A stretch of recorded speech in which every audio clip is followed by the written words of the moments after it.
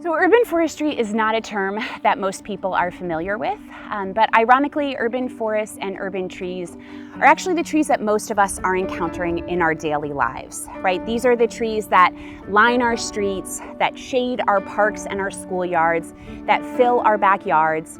And these trees are a really critical form of infrastructure that make our cities healthier, safer, and more livable.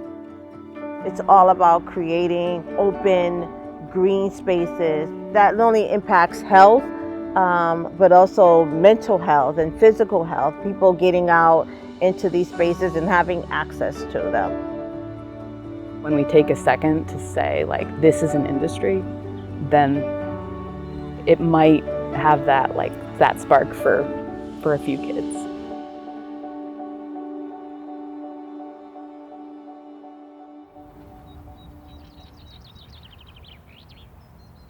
My name is Danica Dorosky, and I am the Urban and Community Forestry Coordinator with Connecticut Department of Energy and Environmental Protection. I manage a statewide technical and financial assistance program, and we work with municipalities, nonprofit organizations, community groups, really anyone who's interested in growing and maintaining their urban and community forests. Urban trees are a great form of infrastructure in cities because they provide multiple co-benefits. So that means we might plant a tree primarily because it's beautiful, but that same tree throughout its life cycle is going to provide a multitude of co-benefits. Some examples of some of those co-benefits would be mitigation of a phenomenon called the urban heat island effect. So the urban heat island effect is a phenomenon that causes cities to be up to 20 degrees hotter than surrounding rural areas, in large part due to the high amount of impervious surface and asphalt, which tends to retain and radiate heat. Trees can play a really important role in helping mitigate that heat and helping reduce extreme temperatures. That's really important when we have hot days upwards of 100 degrees like we did last week here in Connecticut, and it's really important when we're thinking about vulnerable populations, the elderly, children, people with chronic illnesses. Trees in cities are also really important when we have rainfall events. Trees, through their leaves and branches, are slowing the rate at which rainfall is hitting the ground. Really important in areas where we have a lot of impervious surface and there is nowhere for that water to go. And trees also filter that water through their roots, helping to mitigate some of the water quality issues that we see during extreme storm or extreme rainfall events. Más de la mitad de la población global reside en una área urbana y por ende es increíblemente importante que nos enfoquemos en asegurarnos de que cada residente de una área urbana tiene suficiente acceso a los bosques urbanos y los beneficios que ellos nos ofrecen, tales como la purificación del aire, la regulación de temperaturas y proveer hábitat para la biodiversidad. Those are just some of the environmental benefits, but trees also provide a whole host of health and social benefits. So today we're in MDC Park and there's people walking around with their dogs, with their children, and trees are providing a safe space for people to gather and to recreate, enhancing both physical and mental health.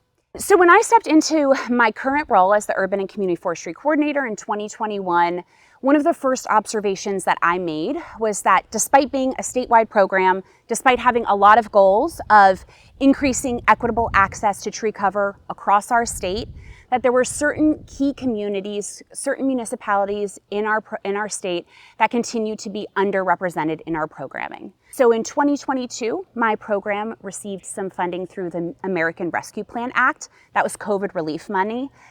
It may seem strange that COVID relief funds went to an urban forestry program, but that just really speaks to the tremendous health benefits and public health implications of urban trees. And I found a perfect partner in this project in the University of Connecticut and University of Connecticut Extension. Their urban forestry faculty and students were really well versed in urban forestry and the community involvement aspects of that field. Yo soy la co-investigadora del proyecto de equidad de bosques urbanos que fue liderado por la profesora y doctora Cinnamon Dobbs, al igual que sus estudiantes graduadas María Paula Otero y Teresa Berellén. Nuestra meta con este proyecto era realmente alcanzar comunidades para identificar barreras en cuanto a lo que está ocurriendo con la forestería urbana dentro del estado de Connecticut. Y mi rol como co-investigadora era realmente intentar facilitar esa conexión entre comunidad e investigación y los investigadores de la Universidad de Connecticut. So as an extension person and the co-lead of this project, my role was really to connect researchers with communities. And people are often surprised that this is not just a job that can happen in a matter of weeks or months. It can actually take years to establish trust with communities and different organizations that can facilitate those relationships. So my job was really to rely on some partnerships that I, through my program in Urban and Community Forestry at UConn Extension, already had, but also to create new partnerships with different organizations that might not typically be associated or working within the realm of urban forestry, but that have strong connections with the communities that we were trying to reach. And so in the process of developing trust, in the process of establishing anchor partnerships like we did with the Hispanic Health Council, with the Afro-Caribbean Cultural Center, with the Danbury Public School System After School Program, with the New Britain Housing Authority, and many other organizations, our role was really to provide things that they needed. If they needed educational programs, if they needed technical assistance, to be able to provide that as we got to know each other and to build a relationship as a university and a community-based partner. And through that year-long relationship building, we were then able to really sit down and plan these events relating to the Urban Forest Equity Project funded by the state. So we co-created this project with a few goals in mind. The first was to just identify those communities. Where do we see communities with inadequate tree cover? Where is there intersection with those low canopy communities and poor representation in either our grant or technical assistance programming? We identified 5 municipalities to start this project: Waterbury, Danbury, New Britain, Windham, and specifically the Willimantic community, and New London. And once we had identified those communities, the second step was to identify the stakeholders. Now, these are municipalities or these are communities where there wasn't a known urban forestry entity, where we didn't already have really strong relationships with the on-the-ground stakeholders. Once we had identified and reached out to those stakeholders, the next step was to host a series of in-person and virtual workshops. And through those workshops, we wanted to firstly, introduce urban forestry as a concept. We wanted to talk about the ways that we could help provide resources. But we also wanted to hear from those local organizations what their community needs were and make sure that that was reflected in our programming. And then the third outcome from those workshops was to work together and sort of start to pave the way for future conversations where we could identify how the urban and community forestry program, how urban trees could help address some of the local challenges and issues, and how we could work together with these local stakeholders to really tackle shared challenges and to work towards this ultimate goal of increasing equitable access to trees and the benefits that they can provide.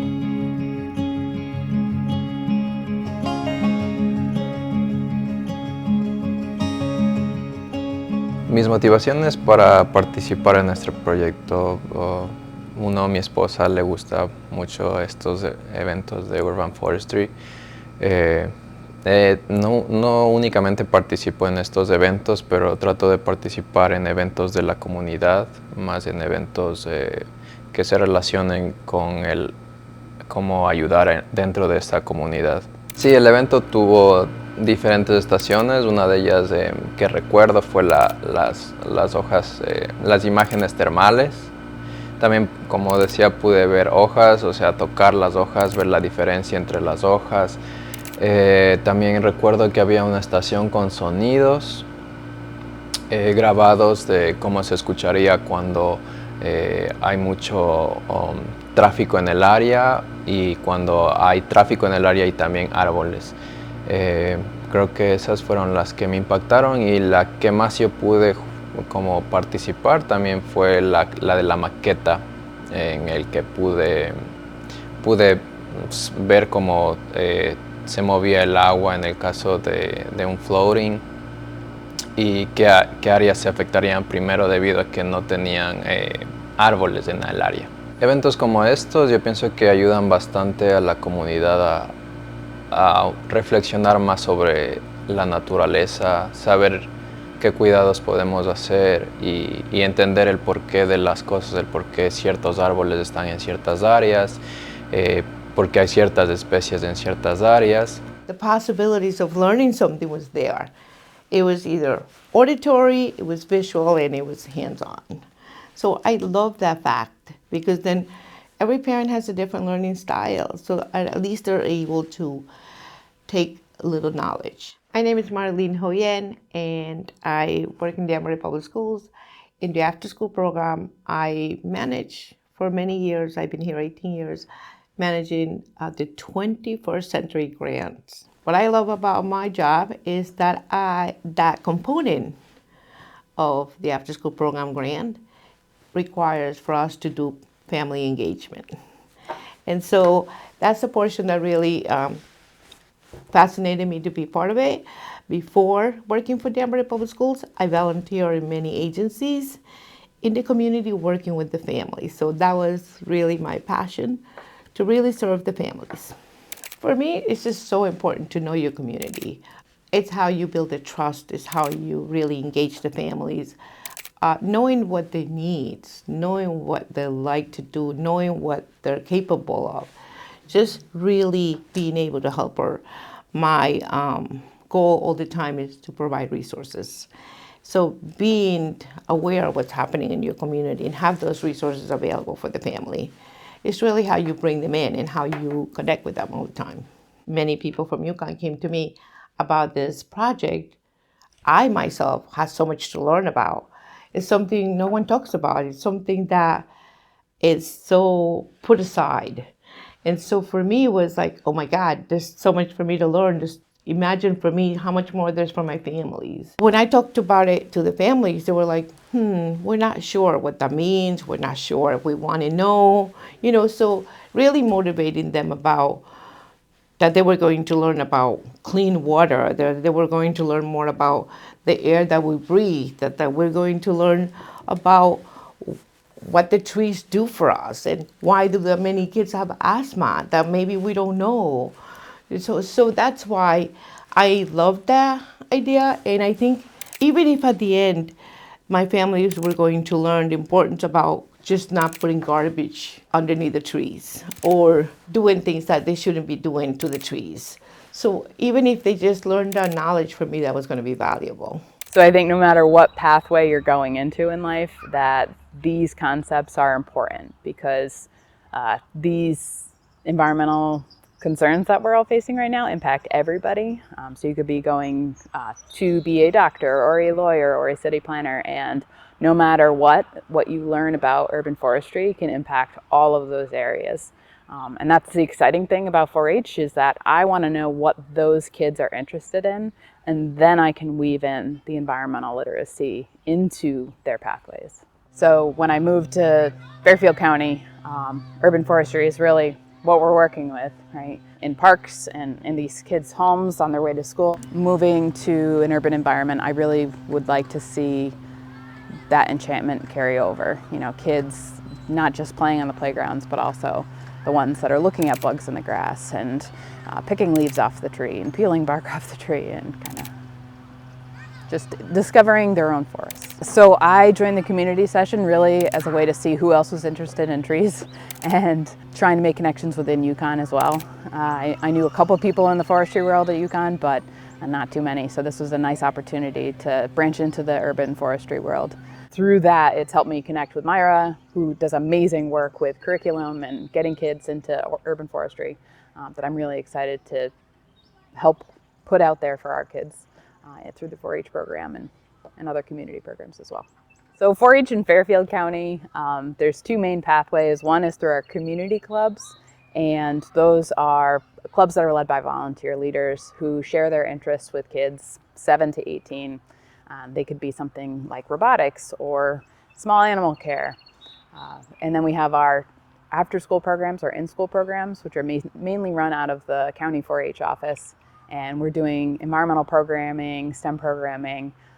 My background is environmental literacy, so I try to incorporate that pathway into any of the programs that I do for our communities. 4-H is based on the Beyond Ready model. So what we're trying to do is find what excites our kids, right? What their spark is, and then engage them in positive relationships so that they can grow up to be successful kids that are beyond ready. That's why I think this program is great, because if we're preparing kids to work in the field of urban forestry, if they get excited about working outside, if they get excited about plants, if they get excited about urban resiliency, then this is a great way to engage them while they're kids and show them that there are pathways, that there are career pathways for this type of science. Honestly, working with kids, even in suburban areas, it's still an afterthought. Like, trees are just part of our landscape because they're everywhere in New England, right? They're just here. It's like a road, they're just here. It's important that we have urban forestry because not only does it provide cleaner air, it addresses pollutants and contaminants in the soil, but also it provides an opportunity for outdoor and open space. And those are kind of the byproducts of the work that we do here with Fresh. So it's important for us to partner with organizations like New London Trees and the Connecticut Nature Conservancy. Those are in the Yukon Urban Forestry Program. Those are partners of ours because we're in this work together, creating a better environment. And it's an ecosystem, so you can't have one without the other. We all need to work in concert together. And it's really important to me, for me, to be a part of the rebirth and to change systems so that we can make a better city for everyone here. Hi, my name is Shanice Austin, and I am the co-director for Fresh New London. Fresh New London is a nonprofit. We're located in New London, Connecticut, and our mission is to address food insecurity in the city, as well as food disparities, and to change systems that have been in place to prevent people in the community from accessing the food that they need. I was involved with the Yukon Urban Forestry Program. I got involved with it through the University of Connecticut, and I was one of the participants in the community conversations program that they had, where we were sharing the challenges that we face regarding growing food in our city. We talked about what's going well, what we would like to see in the future, and the impact that we can have in our local communities. New London has a lot of contaminated soil in the city. So as you can see, most of our growing is done in raised beds because it is rare to not find soil that doesn't have contaminants like lead and other pollutants from old factories that were here in the city. We have a lot of underutilized land here in New London. We're 6 square miles, so a relatively small city. Fresh is really focused on reclaiming that land for public use and for growing food. So New London currently does not have any zoning for pantries, for community gardens, for urban farming. And that is often the case when you think about cities. So in East New London, because of redlining, they took homes that families owned in East New London to create public housing projects. This is back in the 1950s. Because of redlining, they were only able to purchase in certain parts of the city. And right where this garden space is, Mercer Street Garden, is one of the areas that was designated for Black people to live.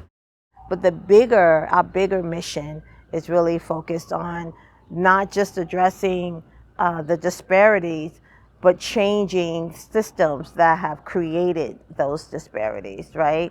So that we're not just being reactionary, but we're being proactive and we're changing systems. And what I love about Fresh is we do that in conjunction with the voices that are often not heard. So those voices are young people because they are brilliant and they have so many great ideas to share, and they are living in the environment and dealing with the challenges that we're facing. So young people and then residents, the community members, they are key parts to the work that we do. We don't do it, again, for them, we do it with them. So I feel like urban forestry is a part of the work that we're doing with urban farming, community gardening. It's all about creating open green spaces that not only impacts health, but also mental health and physical health, people getting out into these spaces and having access to them. En el caso de New Britain, a mí me gustaría ver más variación de especies en el área de downtown. Específicamente en el downtown necesitamos un poco de más árboles y, como dije, flores. Poner flores, decir, en cada esquina de la ciudad, creo que le daría más color. Tratar de cuidar los árboles que ya tenemos. No necesitamos poner muchísimos más, pero sí podemos cuidar de los que ya tenemos. Ponerles tags con nombres para saber qué especies son, de dónde provienen, qué hacen por la ciudad y así que la gente se informe más. Creo que eso sería uno de los puntos que a mí me gustaría ver un cambio en la ciudad y también un cambio en la gente para que con este tipo de eventos la gente reflexione, sepa cuidar de sus árboles, sepa cuidar de su ciudad y a través también de los niños, que los niños también pues son el futuro, entonces que ellos sepan esto y así pues no solo se eduquen ellos, sino también transmitan este mensaje a los adultos para que así todos en nuestra comunidad podamos cuidar de la naturaleza un poco mejor y ser mejores a diario. My connection to nature just happened very naturally because it's just so ingrained in our culture and our traditions and our food that it didn't really matter that I grew up in a really urbanized area. It didn't matter that my backyard was a very small cemented or paved space with large walls because nature was everywhere. Nature was in what we did in the weekend. Nature was in what we saw when we drive to home. Nature was in our food, in our relationship with our grandparents, in everything. The reality of it is that the state of Connecticut actually ranks first, along with Rhode Island, as the state in the United States where Latinos are the most nature deprived by census tract. Connecticut has 5 of the worst national disparities in terms of tree canopy disparities in relation to income level.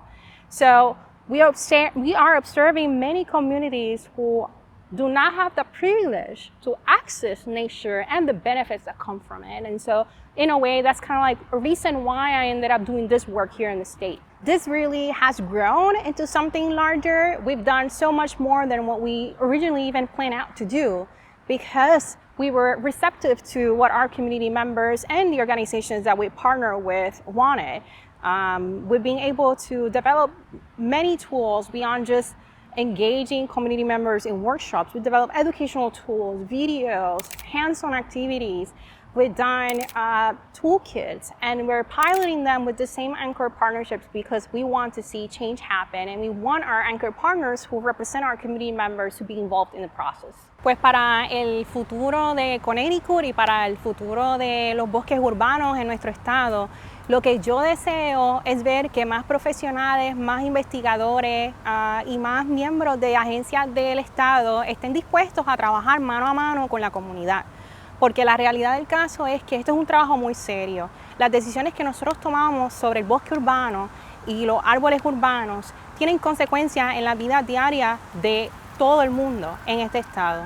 Entonces, trabajar realmente mano a mano es lo que nos va a ayudar a nosotros a crear la diferencia, asegurarnos que cada ser humano tenga acceso a los beneficios que necesita, que tenga acceso a aire limpio, a agua limpia, a espacios donde no estén en riesgo de enfermedades ni de cualquier otro aspecto que pueda hacer un impacto negativo en la vida de ellos. Y pues mi visión para un futuro mejor para Connecticut y para los bosques urbanos de nuestro estado es que podamos movernos constantemente con el bienestar de nuestra comunidad en mente.